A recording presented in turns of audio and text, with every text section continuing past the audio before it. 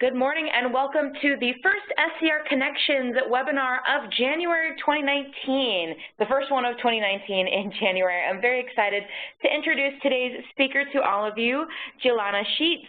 Dr. Sheats is an assistant professor at the Tulane University School of Public Health and Tropical Medicine's Department of Global Community Health and Behavioral Sciences Nutrition section. Over the past decade, a major thrust of her work has been identifying the channels through which psychosocial, community, environmental, and contextual factors influence obesity-related behaviors.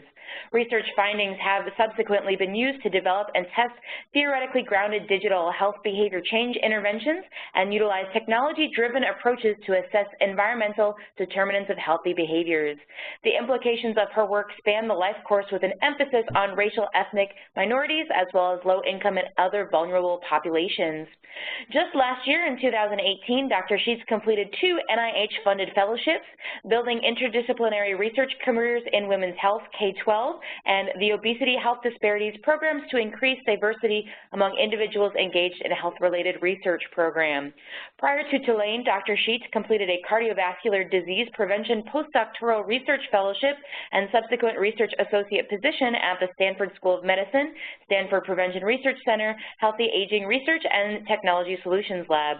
Dr. Sheats received her doctoral degree in health behavior from Indiana University School of Public Health, Master of Public Health degree from Tulane University School of Public Health and Tropical Medicine, and Bachelor of Arts degree in Psychology from Spelman College.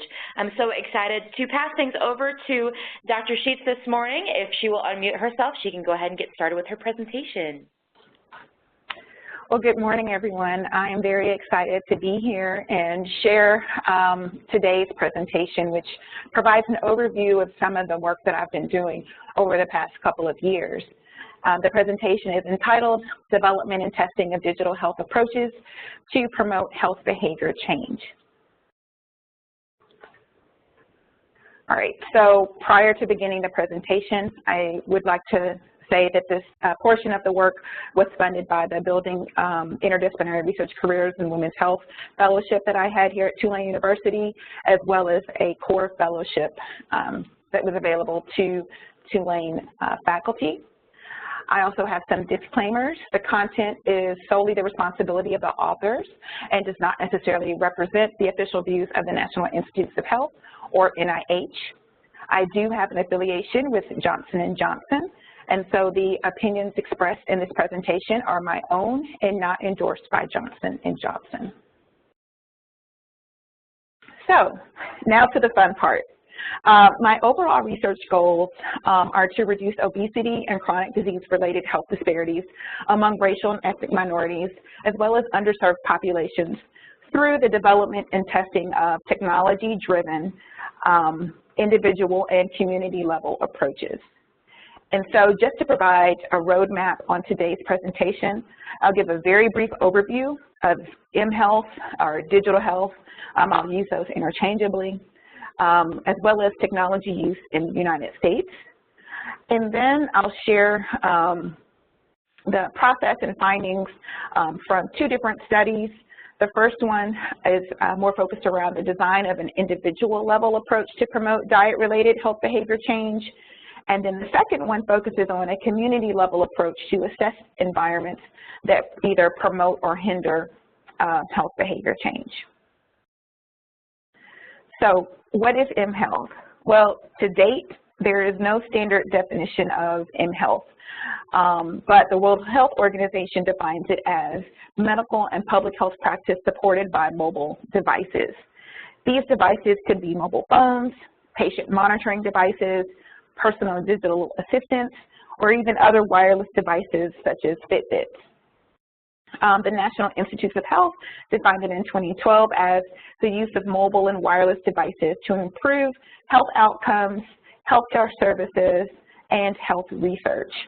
And so the key, or the common language between both is the mobile, okay? So you don't have to be in one place to have access to these types of devices. And so why mHealth?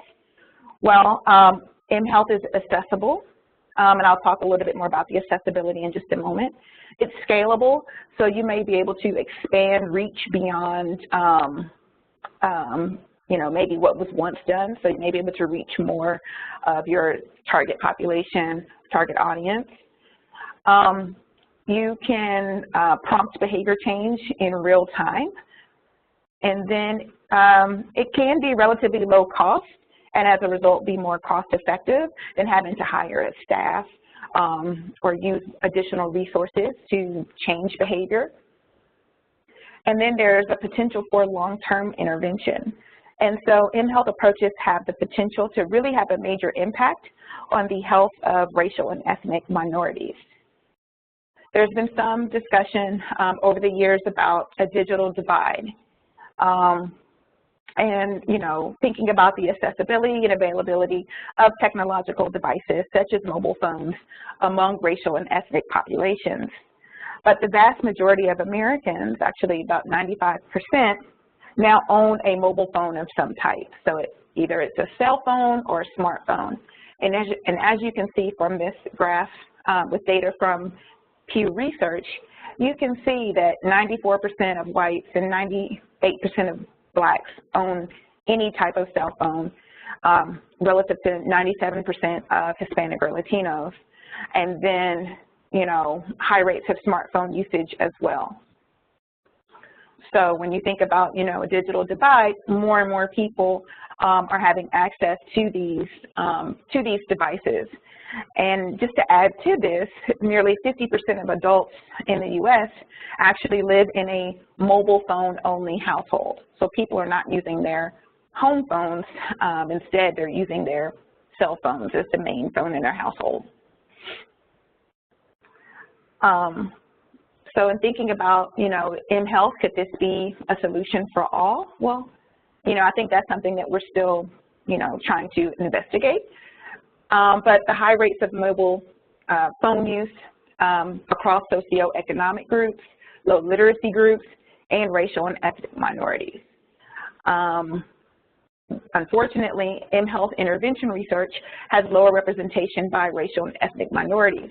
So we need to do more research with racial and ethnic minorities to see if this is a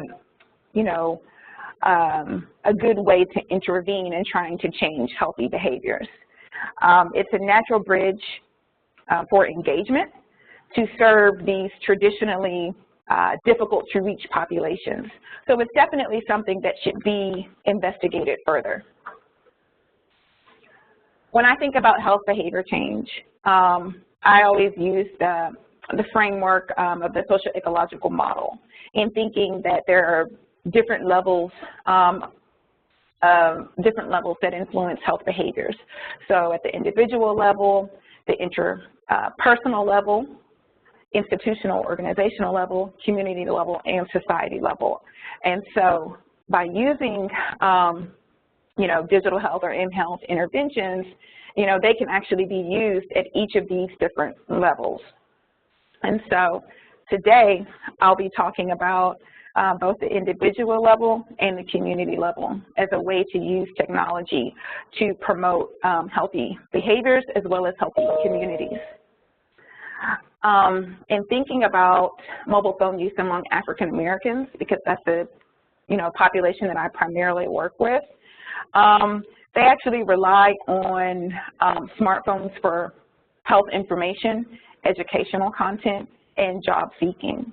And so if you look at this graph, the first one, you can see that among African Americans and Latinos, they're using their smartphones to access information about a health condition.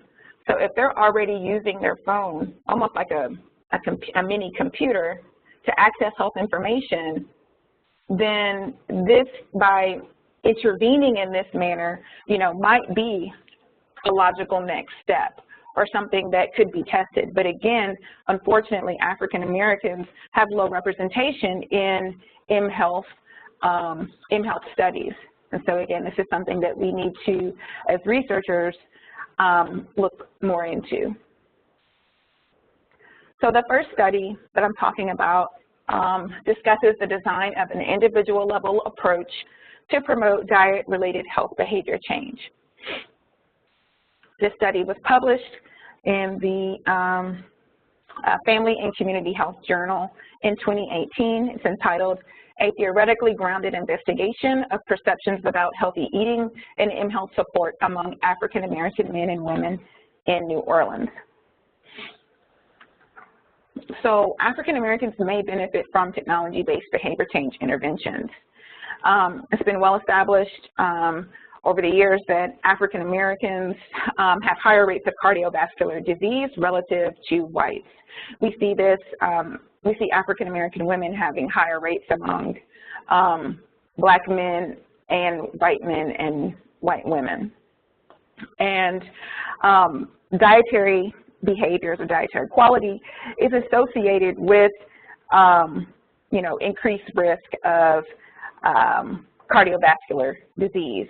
And so data have shown that Black or African American adults have a poor diet quality relative to white and Hispanic adults. Poor diet quality is associated with higher mortality and increased risk of chronic diseases. And so the aim of this study was to conduct formative research to inform the development of an mHealth diet intervention. And we did this by examining perceptions about healthy eating within the context of health behavior change theory, assessing the acceptability of using mobile phone-based support for healthy eating, and identifying appealing features of identifying features of mobile phone-based support for healthy eating. And so I'll walk you all through that. Eligible participants were African American or Black, a resident of New Orleans, age 30 years and older, and self-identified as being overweight or obese, and owned a mobile phone. Participants were invited to one of 4 focus groups. Upon, you know, signing the consent form, they took the study survey, which assessed demographic information, perceived health status, food shopping behaviors, their self-efficacy or confidence in their ability to buy and prepare healthy food, and overall comfort with technology.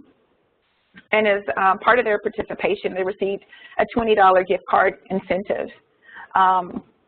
Focus groups were about up to 120 minutes and audio recorded.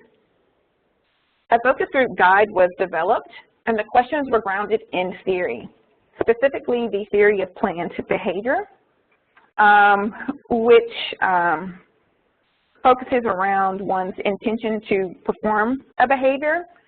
And the theory posits that one's intention is predicted by one's attitudes, norms, and self-efficacy. And so when we think about attitudes, it's like, you know, we ask, what are the advantages or disadvantages of performing this behavior? So in this case, it would be of eating healthier foods. In terms of the norms, so thinking about those people in your inner circle, those people who are important to you, would, people that are important to you approve or disapprove of you engaging in this behavior? So again, eating healthier foods. And then thinking about self-efficacy, what makes it easier or harder for you to eat healthier foods? All of these factors and these questions help us understand intention. And again, intention, as explained by the theory of planned behavior, predicts intention. Intention predicts behavior. And so we conducted the focus groups. With the quantitative survey data, we obtained descriptive statistics. For the qualitative data, we did a thematic analysis of transcripts, we took notes, and we met regularly to review and discuss data from the transcripts. We identified major themes through consensus, and the themes were organized around the theory of planned behavior as just described. So we had 31 participants across the 4 groups. or 4 focus groups. Participants were primarily women. Participants were between the ages of 32 and 78 years with a mean of 58.8 years. Most had a high school degree or more, and income ranged between $10,000 and $25,000 per year. Only 9 participants were extremely confident that they could choose healthy foods when shopping for groceries. Only 6 participants were extremely confident that they could prepare healthy foods, and most were comfortable with technology. And only 1 participant had experience with food-related apps, meaning that only 1 participant had a food-related app on their phone. So the next 4 slides just give highlights of the results. So and this is more related to the thematic analysis that we did. So in thinking about one's attitude, so those advantages and disadvantages performing the behavior. So for advantages, they felt that eating healthier would make them feel better, help them maintain independence. You may have noticed the mean age, again, it was 58.8 years, so this was, a relatively older population, and they didn't want to depend on their children or grandchildren, to live. Another advantage was changes in their body, whether it was weight loss or inches. Disadvantages were that they felt like they may look sick, or they felt like they might look like a drug addict because of the weight loss from, that could occur from eating healthier foods. And so just to read a couple of quotes, eating healthy affects your skin, and water, oh my God, water, this is what keeps skin beautiful. And another person said, it makes you feel good, get healthier, especially your blood pressure. In terms of norms, so who approves and who approves, again, these are people that are important to you, all right? So participants felt that children, spouses, and doctors would approve.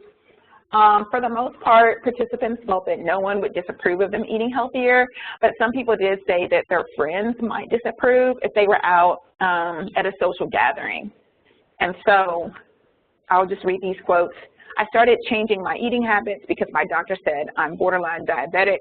I think that if it wasn't for that, I'd still have my old ways. So this person, listened to their doctor. They valued their opinion. In terms of self-efficacy and thinking about what made it easier, for participants to eat healthier, they said, greater availability and quality. And we've seen this across the relevant literature in other studies.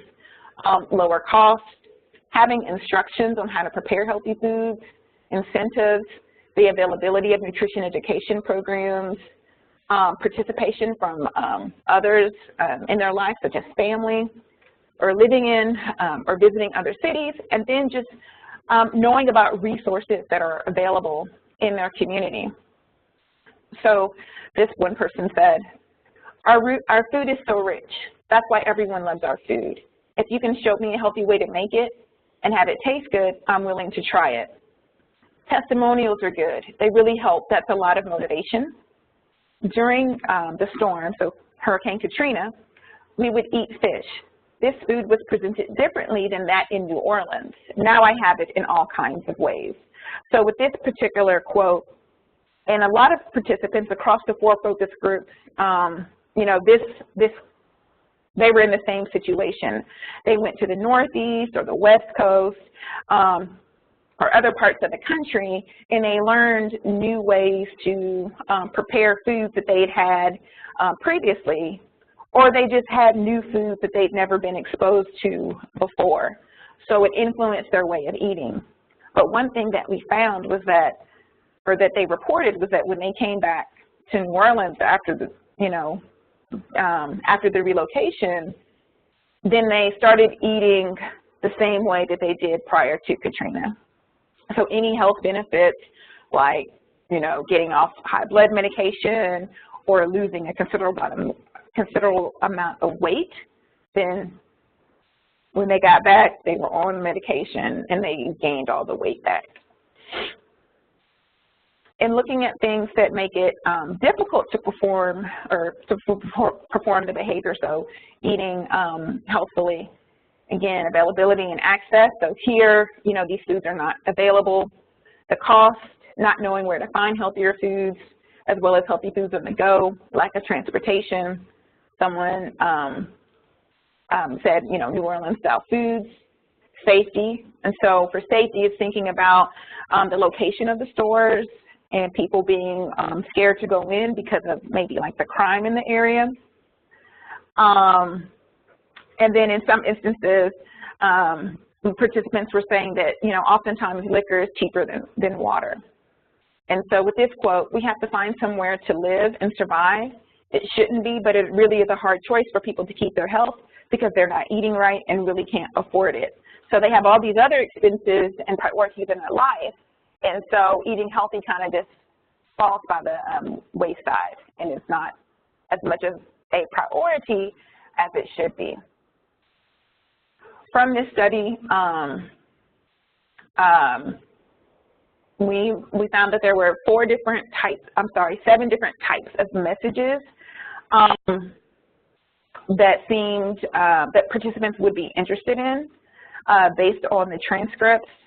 They mentioned a lot about goal setting, self-monitoring, so tracking, receiving tips and knowledge about local resources that are available, testimonials, so hearing stories or the experiences of others, other people that are similar to them, food preparation tutorials so they could build their skills, challenges, and then participants were interested in faith-based messaging as well. When asked about a wish list for a phone-based program to promote healthy eating and those user experience and design features that would be appealing to them, participants said about 5 to 7 messages per week, limited text. Now, they were more interested in one-way communication, meaning that you just send them a message and then they would not have to respond. So if you sent a message and they would respond, that's called a two-way communication. And so although participants were more interested in one-way communication, two-way communication is more effective because it keeps the participant more engaged. And then they had an interest in weight loss. But they said that if you were to develop, an intervention, don't necessarily say weight loss. They said that it would be better if you frame the interventions around improving health, because just saying weight loss alone, it might be somewhat intimidating. So just improving health, keeping it more general, and if weight loss is a benefit, then great, but at least they're not held to that standard per se. So phase 2 utilizes the content from that first study to develop an intervention. And so phase 2 has not been published as phase 1 was. And so here we're discussing the intervention content development and testing, which was again informed by the previous study. So in here, in terms of the messages, I had access to messages from an existing message bank from previous research that I've conducted. But for the most part, I created new messages. And so, for example, I'm thinking about the testimonials. Some of the ones that I just read to you all, I included those in my, as some of the messages to encourage people to, change their behaviors. So I took direct quotes from the transcripts and then changed them into testimonials. And then I identified resources and community that would support healthy eating. And then I also, they were interested in faith-based messaging as well. So, I went to the Bible and used that. Church attendance, and then I've done some previous work developing faith-based health promotion programs, so I was able to use some content for that. In terms of the content development, I worked with an African-American chef who created cooking videos to model healthy cooking practices. And so for both the messages and the videos, I obtained insights and feedback from members of the target population. And so I also utilized, social media pages of New Orleans-based and national organizations that offer resources, services, and programs related to healthy eating, because oftentimes they have little, quick tips. So that was actually part of the message development, and provided ideas on types of videos to create. And let's see. And so again, through all of that, I obtained feedback from the participants, and so from the target population. And so in some instances, members of the target population created new messages. Some messages, they tweaked the wording to make it more appropriate for African Americans here in New Orleans. And they also, they created new messages. Some messages they got rid of because they didn't feel like it would resonate well with the population here. So there was a lot of back and forth between the research team as well as members of the target population to ensure that this was tailored for this particular group of African Americans. We also assessed the readability of each message using an online software to calculate the Flesch-Kincaid readability scores, which in this context determined the grade level of education someone needed to read each message. All right, and so the messages could be no more than 160 characters, and our goal was to have an average reading level for the messages to be 3rd grade or lower, and we were able to achieve that. So for phase 3, I conducted a feasibility study with African American women aged 25 years and older here in Louisiana. And so this study in particular literally just finished December 31st. So I don't have the data to share. I have some highlights. And so this is an example of the type of message. This is not one of the messages that we use, but it says, green and orange veggies and fruit keep hearts healthy, bones strong, and skin glowing.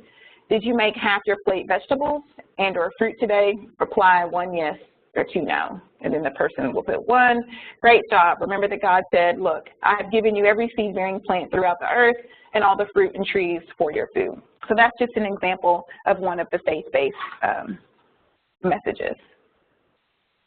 So again, the data analysis is still in progress, but individuals were recruited to be in a 4-week feasibility study focused around the 7 themes that were obtained from the phase 1 focus groups. Participants were randomized into one of 2 arms. They received either nutrition messages or in the control group where they received physical activity messages. Across both groups, participants were an average of about 52 years of age. So again, here, this was an older population, even though, the minimum age was 25 years and older. Over 3/4 of participants in the group receiving the nutrition messages had ever been diagnosed with high blood pressure by a healthcare provider, and 64% were overweight or obese as self-reported data. From baseline to follow-up, there was a 90% retention rate, and at the end of the 4 weeks, 95% of all participants expressed an interest in receiving another phone-based intervention to improve eating or physical activity. So basically, this type of, or this approach resonated well with them because they wanted to continue and receive, more, they wanted to participate in more phone-based studies to support healthy behaviors. 90% of participants shared the intervention content, so whether it was the videos or the messages, with friends and or family. And so additional data analysis will provide some insights around behavior change, but it's a four-week feasibility study, so that wasn't, the main point of this particular aspect of the research. And so findings from this phase research may help expand the mHealth evidence base in regard to reaching African American women and people in their network, so family and friends, because again, I think 90% of participants shared the messages with family and friends. It may also illuminate their relative interest in mHealth support for changing diet-related behaviors.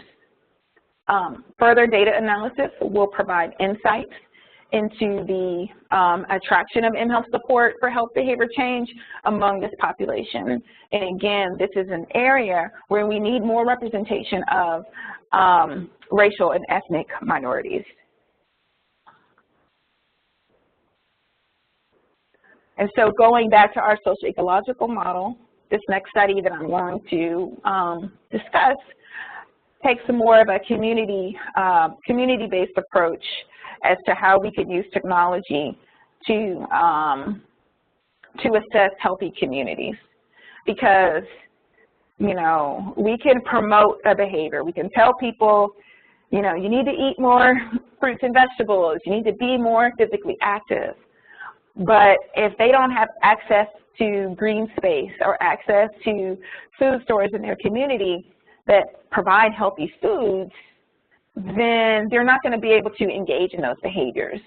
So we have to work at multiple levels to facilitate behavior change. So working at just one level, the individual level, is not the best thing to do. So with this study, we use a community-level approach to assess environments that promote or hinder health behavior change. This study was called Our Voice NOLA, and it was in collaboration, obviously, with Tulane, Second Harvest Food Bank, and Stanford School of Medicine's Healthy Aging Research and Technology Solutions Lab, which is a team that I worked with when I worked at Stanford. So with this particular study, we used the Healthy Neighborhood Discovery Tool. What is that?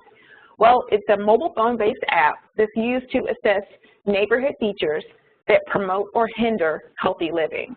And so in the research that I've done, I've used it to assess food environments, but also environments that support physical activity behaviors. And so I don't think you all can see it very clearly on here, but the screenshots on this slide, like the first one with the green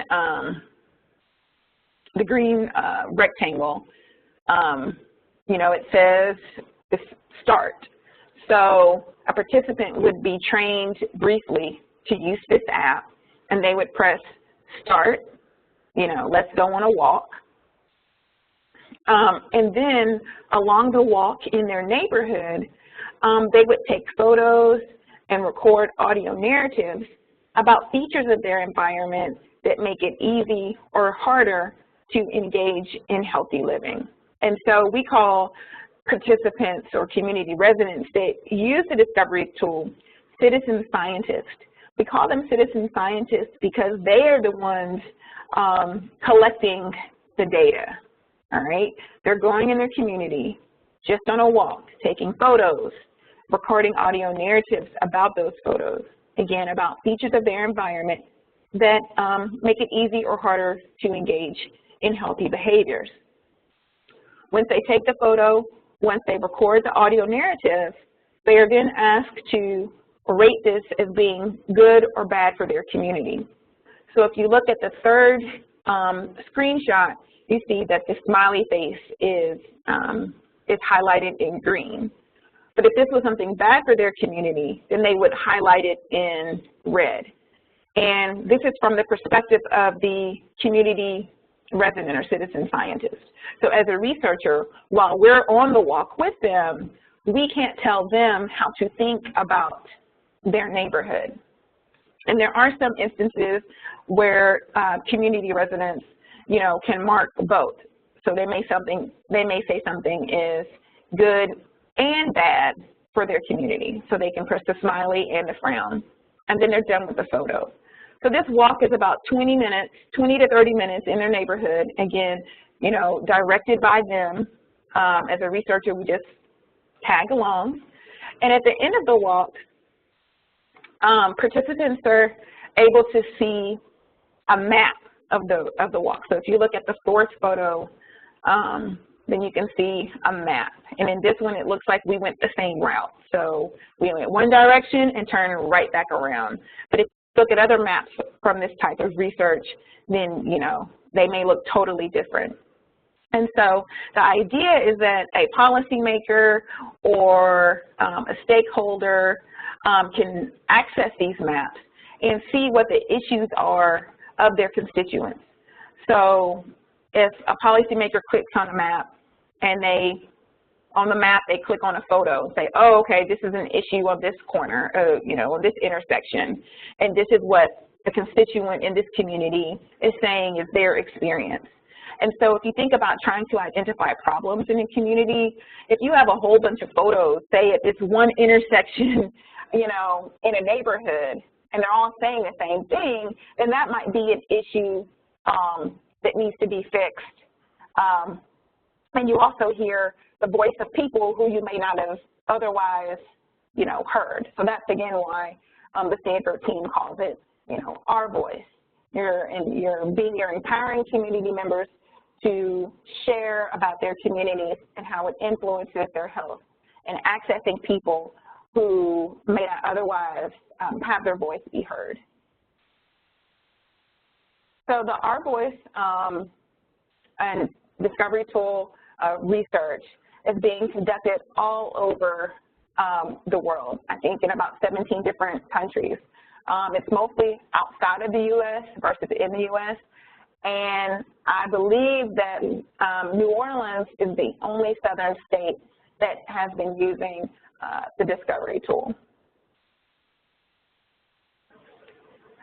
And so just to shed, you know, kind of go again about the, Our Voice process. Again, you know, participants are trained to use the Discovery Tool. It takes about 5 minutes to do a brief survey.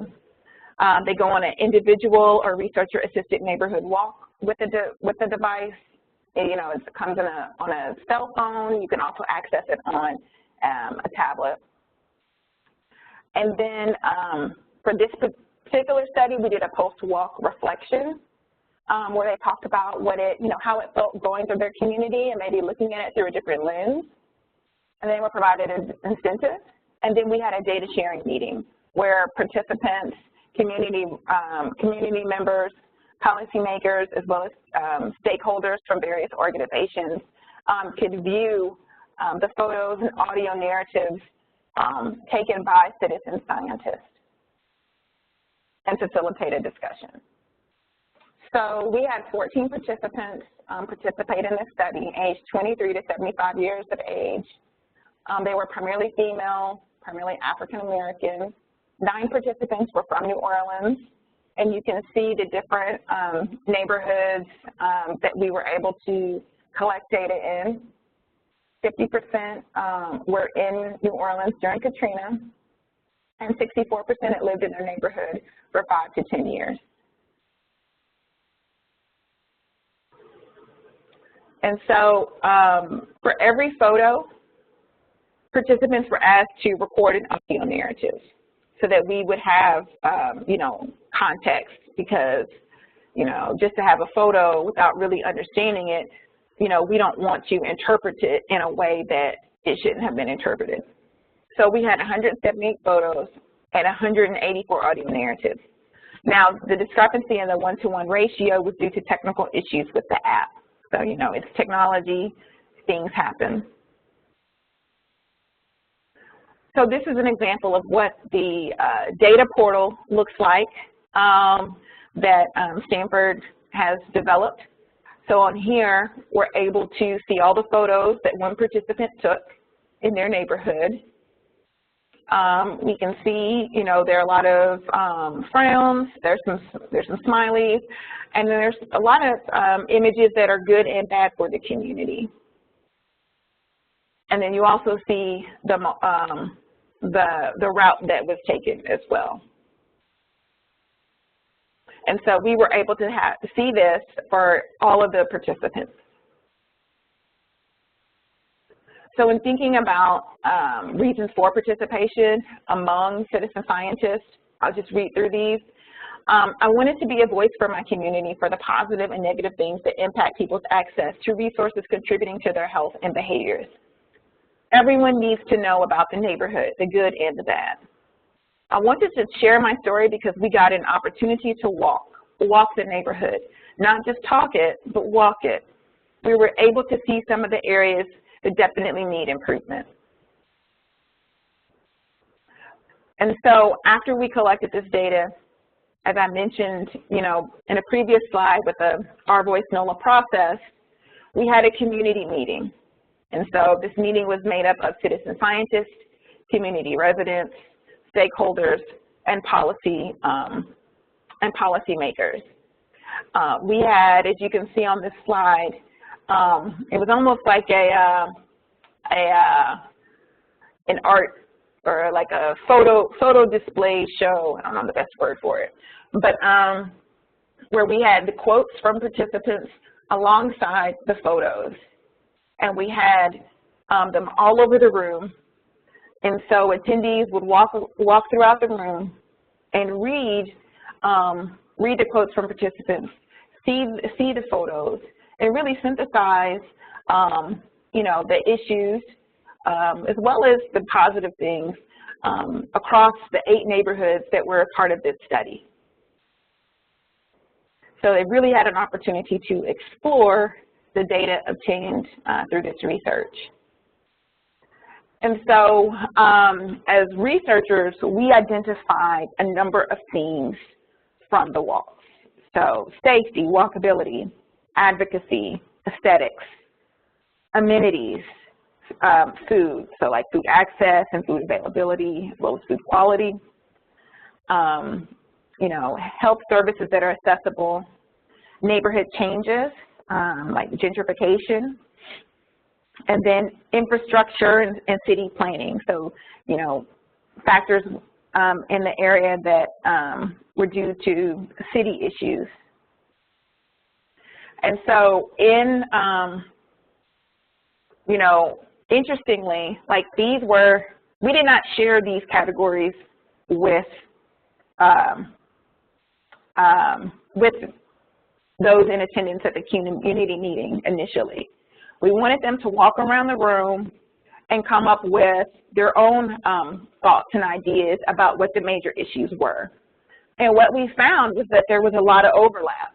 The themes, major themes that we as researchers identified, the community members, the citizen scientists, as well as the you know, stakeholders and policymakers, they observed some of the same things. So we were happy that we were all on the same page in that regard. And then we had a facilitated discussion, you know, really thinking about what resources are in the community that may help address some of the issues discussed. So this was an opportunity for all the community organizations that were there, as well as individuals who worked at the city and state level, to talk about programs and services that were available to help address these issues. And so participants found that extremely helpful. And one thing that I found across study 1 and study 2 are that people aren't aware of what's in New Orleans, like the different services. Like I feel like there's a lot of different things that are available, but people don't know about them, they don't use them. But people at that meeting were excited to learn about, you know, low-cost food delivery, free healthcare opportunities that are mobile healthcare opportunities. So you can actually have a healthcare provider come to your house for free, or it's not free, but insurance will pay for it. But these were things that people were not aware of. Free opportunities for physical activity, or even access to healthy fruits and vegetables at free or no cost. And so in thinking about studies 1 and 2, my goal is to share this work and findings with others in the New Orleans community, develop a community resource guide to address issues identified from the data, and host it on the website so people have just like a central place where they can go to and find out about things. And then also advise other researchers and community organizations on how to implement similar projects in New Orleans and surrounding areas. So thank you to participants across, all studies, citizen scientists, funders, Second Harvest Food Bank, my funders, as well as the student researchers that have worked with me. If you would like to learn more, you can contact me at Sheats at Tulane University. You can always follow me on Twitter as well. If you're interested in learning more about the Our Voice Global Network and the Discovery Tool, then this website is here for you to access as well. Thank you. Great. Thank you so much, Dr. Sheats. We have some time now for some questions. We do have a couple there in the chat box already, Dr. Sheats. I'll go ahead and read them to you. There's a lot of interest in the app, and hopefully people can access that website there to find out more information. But we did have a question about is the app free, and can it currently be used and downloaded? Okay. So the app is currently for research purposes only. But you can, if you have a project in mind, then you can go to that website for Stanford, and I think there's like a form on the site where you can describe a project, and then they will contact you to learn about any licensing opportunities. Great. But it's currently just being used for research. I think that's great. But yeah, go ahead. Go ahead. Oh, and I was going to say, and when I say research, like if you're like a nonprofit or organization, then I know that they have worked with, schools, nonprofits as well. So you don't necessarily have to be a researcher yourself. Like they would work with you and maybe handle the research component of your project, but work with you to address whatever needs that you might have. That's actually perfect because I know some of our attendees today are both nonprofit as well as in the research capacity, so that's great information. Another question here regarding the app, do you know if it's open source? No, it's not. I don't think so. Okay, but again, yeah, if you can contact them and they could provide as much information, that you need. Great. If there are any other questions, people can feel free to enter them into the chat box. I'll give everyone a few more minutes and see if anyone's currently typing. Again, Dr. Sheats has kindly shared her contact information there, so if you do think of any questions later on, you can feel free to follow up with her. We do have another question here, Dr. Sheats. What was the source of the message bank for the first study that you used? I don't think it's been published yet, but there was some work that I did while I was working in Stanford, and so I actually helped develop those messages. So, I kind of used those as a guide, but it wasn't just like a publicly available, message bank. It was just previous messages that I had helped develop, and then I just kind of used those as a guide to develop my own messages, because the work that I did in California is totally different and didn't necessarily resonate with the population here in New Orleans. So I pretty much had to start from scratch, but it was just nice having a model kind of to work with. Great, thank you. Well, it looks like we don't have any other questions at this time. So again, thank you for sharing your contact information, and thank you so much for a fabulous presentation. This has been a really interesting to hear about all these projects. So thank you for joining us today. Well, thank you. I'm happy everyone was able to be here. Great. So now I do ask that everyone stay logged on for just a few more minutes as we go through our final housekeeping. I will go ahead and stop the recording.